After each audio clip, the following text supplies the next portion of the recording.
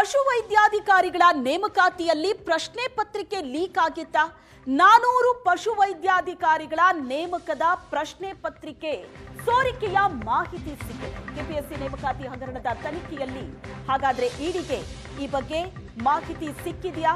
ಇಡಿ ಅಧಿಕಾರಿಗಳಿಂದ ಮ್ಯಾರಥಾನ್ ವಿಚಾರಣೆ ಮುಂದುವರೆದಿದೆ. 7ರ ಬದಲು 30 ಅಭ್ಯರ್ಥಿಗಳ ವಿಚಾರಣೆಯನ್ನ ಇಡಿ ಟೀಮ್ ನಡೆಸಿದೆ. ರೆಸಾರ್ಟ್ ಹೋಟೆಲ್ಗಳ ಮೇಲೆ ದಾಳಿಯ ನಂತರ ಹೆಚ್ಚುವರಿ ವಿಚಾರಣೆ ಮಾಹಿತಿ ಬಹಿರಂಗ ಬೆನ್ನಲ್ಲೇ ಮತ್ತಷ್ಟು ಅಭ್ಯರ್ಥಿಗಳ ವಿಚಾರಣೆ ನಡೆಯುತ್ತೆ. ಮೊದಲ ಹಂತದಲ್ಲಿ 2 ಮಧ್ಯವರ್ತಿಗಳ ವಿಚಾರಣೆಯನ್ನ ಮಾಡಲಾಗಿತ್ತು. ಹೆಚ್ಚುವರಿ ದಾಖಲೆ ಸಿಕ್ಕ ಬೆನ್ನಲ್ಲೇ ಇನ್ನಷ್ಟು ಅಭ್ಯರ್ಥಿಗಳ ಹೇಳಿಕೆಯನ್ನ ದಾಖಲು ಮಾಡಿಕೊಳ್ಳಲಾಗುತ್ತೆ.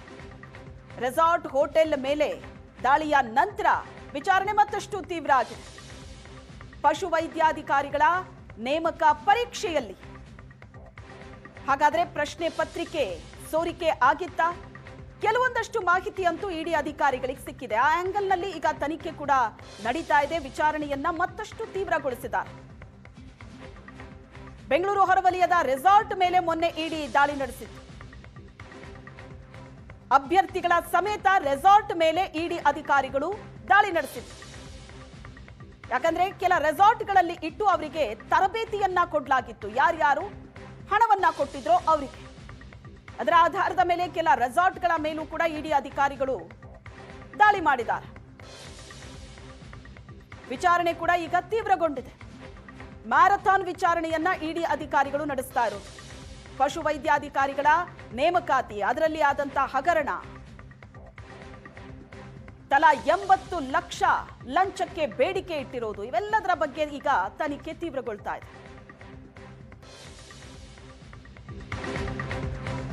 ಐಎಎಸ್ ಅಧಿಕಾರಿ ನಾಪತ್ತೆ ಪ್ರಕರಣ ಇನ್ನೂ ಯಾವ ದೂರು ಬಂದಿಲ್ಲ. ಅಧಿಕಾರಿ ಎಲ್ಲಿದ್ದಾರೆ ಗೊತ್ತಾಗ್ತಾ ಇಲ್ಲ. ಹುಡುಕಾಟ ನಡೀತಾ ಇದೆ ಅಂತ ಬೆಂಗಳೂರಿನಲ್ಲಿ ಗೃಹ ಸಚಿವ ಪ್ರಿಯಾಂಕ್ ಖರ್ಗೆ ಹೇಳಿಕೆ ನೀಡಿದ್ದಾರೆ.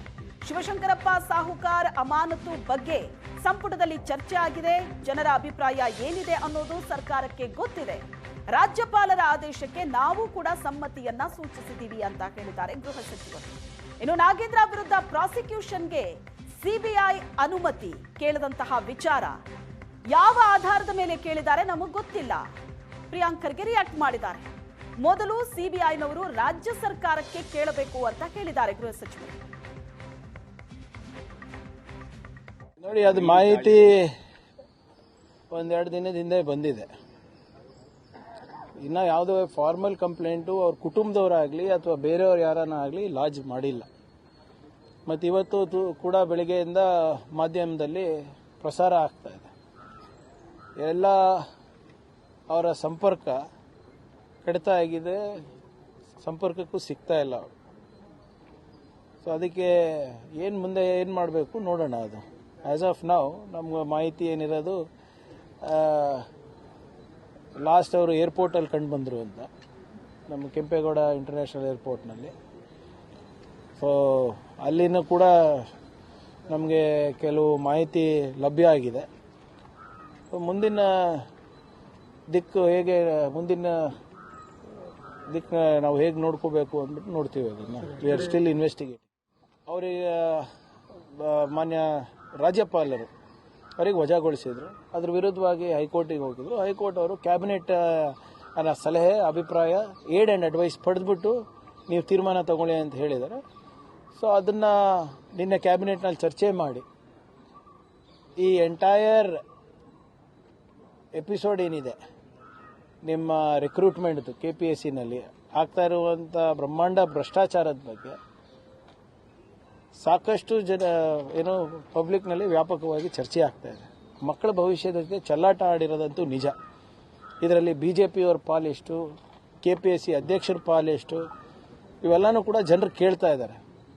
ಸೊ ಆ ಭಾವನೆಯನ್ನು ನಾವು ತಿಳ್ಕೊಂಡು ನಾವು ಕೂಡ ಗವರ್ನರ್ ಅವ್ರ ಹಿಂದೆ ಏನು ವಜಾ ಮಾಡೋಕ್ಕೆ ಶಿಫಾರಸು ಮಾಡಿದ್ದು ಅದನ್ನೇ ಕೂಡ ನಾವು ಕೂಡ ಅನುಮೋದನೆ ನೀಡಿದ್ದೇವೆ, ಅಡ್ವೈಸ್.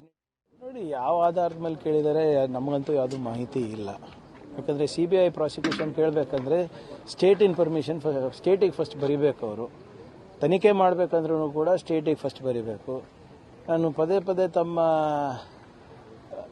ಮುಖಾಂತರ ತಿಳಿಸ್ಲಿಕ್ಕೆ ನಾನು ಬಯಸ್ತಾ ಇದ್ದೀನಿ. ಸಿಬಿಐ ಅವರೇ ಖುದ್ದಾಗಿ ಹಿಂದಿನ ಚೀಫ್ ಸೆಕ್ರೆಟರಿ ಆದಂಥ ರಜನೀಶ್ ಗೋಯಲ್ ಅವರಿಗೆ ಪತ್ರ ಬರೆದಿದ್ರು, ದಯವಿಟ್ಟು ಯಾವುದೇ ಕೇಸು ನಮಗೆ ಕೊಡ್ಲಿಕ್ಕೆ ಹೋಗಬೇಡಿ, ಅಕಸ್ಮಾತ್ ಕೊಟ್ಟರೆ ಎಲ್ಲ ಸಿಬ್ಬಂದಿಗಳು ಕೂಡ ಇನ್ಕ್ಲೂಡಿಂಗ್ ಇನ್ವೆಸ್ಟಿಗೇಷನ್ ಆಫೀಸರ್ಸು ನೀವೇ ಕೊಡಬೇಕಾಗುತ್ತೆ ಅಂತ ಹೇಳಿದ್ರು. ಅಂದರೆ ನಾವು ಇನ್ವೆಸ್ಟಿಗೇಷನ್ ಆಫೀಸರ್ಸು ನಾವೇ ಕೊಡಬೇಕು ಅಂದರೆ ನಾವೇ ಮಾಡ್ದಂಗಲ್ವಾ ತನಿಖೆ.